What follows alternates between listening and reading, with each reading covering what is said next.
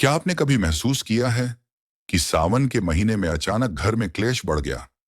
पति हर बात पर गुस्सा करने लगे, बच्चे बीमार पड़ने लगे और घर में बरकत जैसे रुक गई हो? अगर हाँ, तो जरा एक बार अपने पहने हुए गहनों को देखिए, क्योंकि हो सकता है आपने वो एक गहना पहन लिया हो जो देवी लक्ष्मी को नाराज कर देता है। नमस्कार साथियों, मैं हूं आपके अपने आध्यात्मिक चैनल सत्य ज्ञान से। आज मैं आपको बताने जा रहा हूं सावन के महीने की वो रहस्यमयी सच्चाई जिससे बहुत सी महिलाएं अनजाने में दूर होती जा रही हैं और इसी दूरी की वजह से उनके जीवन में धीरे धीरे कलह, बीमारी और गरीबी घर करने लगती है। आज हम जानेंगे वो 5 गहने जिन्हें सावन के महीने में पहनना वर्जित माना गया है और अगर भूल से भी इन्हें पहन लिया जाए तो पूरा घर बर्बादी की ओर बढ़ने लगता है। इस वीडियो को अंत तक जरूर देखिए, क्योंकि आखिरी में मैं बताऊंगा एक दिव्य उपाय जिससे आप इन गहनों से हुए दोष को मिटाकर भगवान शिव और माता लक्ष्मी की कृपा फिर से पा सकते हैं। सावन का महत्व।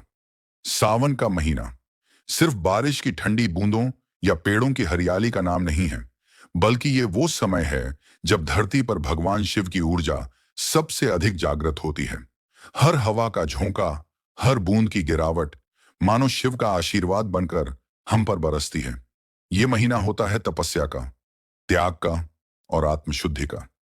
ऐसा समय जब मनुष्य अपने भीतर झांक सकता है और भगवान शिव से गहरा जुड़ाव महसूस कर सकता है।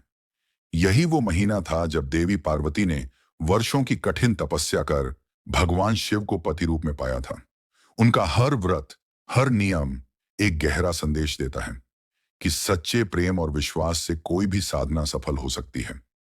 इसीलिए आज भी हर सुहागन स्त्री इस महीने विशेष श्रृंगार करती है, व्रत रखती है, शिव पूजा करती है, क्योंकि वह चाहती है अपने परिवार की सुख शांति, पति की लंबी उम्र और अपने घर में देवी लक्ष्मी का वास।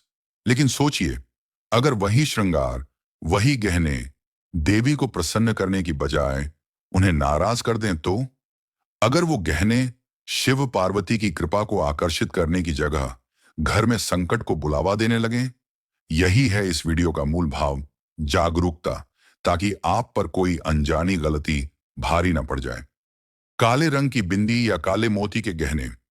सावन का महीना भगवान शिव की भक्ति, शांति और वैराग्य का प्रतीक है।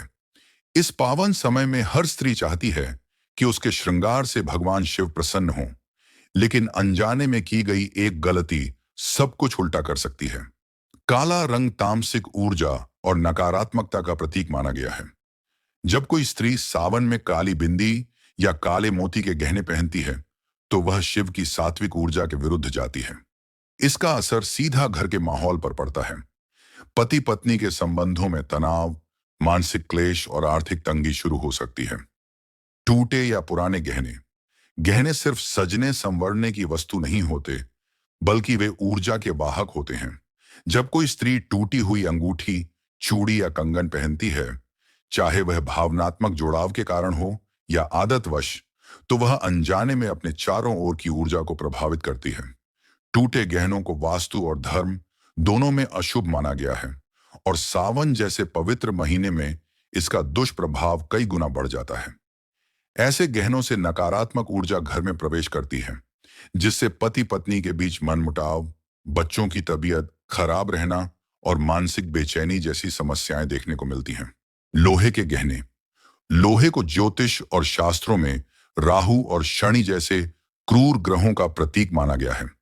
सावन का महीना भगवान शिव की आराधना का समय होता है, जहां सात्विकता, शुद्धता और सकारात्मक ऊर्जा का विशेष महत्व है। लेकिन जब कोई स्त्री लोहे से बने गहने पहनती है, तो वह अपने शरीर के माध्यम से उस तामसिक ऊर्जा को आकर्षित करती है जो शिव की शांति को भंग कर सकती है। इसका असर घर के माहौल पर पड़ता है।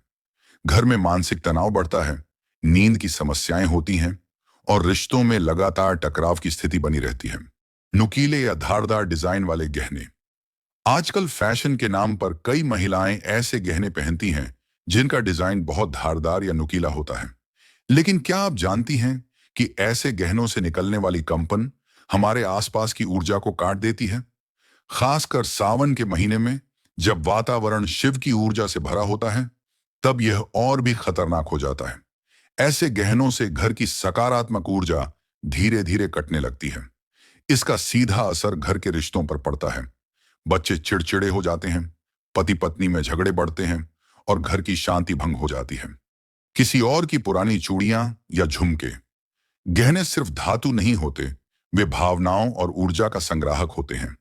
जब हम किसी और की पुरानी चूड़ियां या झुमके पहनते हैं, चाहे वो मां की हों या किसी बहन की, तो हम अनजाने में उनकी ऊर्जा को भी अपने जीवन में ले आते हैं। अगर उस स्त्री का जीवन दुखद या तनावपूर्ण रहा हो, तो उसके गहनों में वही नकारात्मक कंपन बस जाती है। सावन का महीना ऊर्जा के प्रभाव को और भी तेज कर देता है। ऐसे में यह संभव है कि उस गहने की नकारात्मकता धीरे धीरे आपके जीवन को भी वैसी ही दिशा में ले जाए। बहनों, गहने जरूर पहनिए, लेकिन श्रृंगार तभी सुंदर होता है जब उसमें अध्यात्म की समझ हो। सावन हमें सिर्फ पूजा नहीं सिखाता, बल्कि हमें सिखाता है कैसे हम अपनी ऊर्जा को, अपने घर की सुख शांति को संभाल कर रखें। अगर आज की बातें आपके मन को छू गई हों, तो इस वीडियो को अपने परिवार की हर महिला तक जरूर पहुंचाएं। हो सकता है आपकी एक शेयर किसी के घर को बर्बाद होने से बचा ले। तो चलिए दोस्तों, इस वीडियो को यही समाप्त करते हैं और हम आशा करते हैं कि आपको यह वीडियो पसंद आया होगा।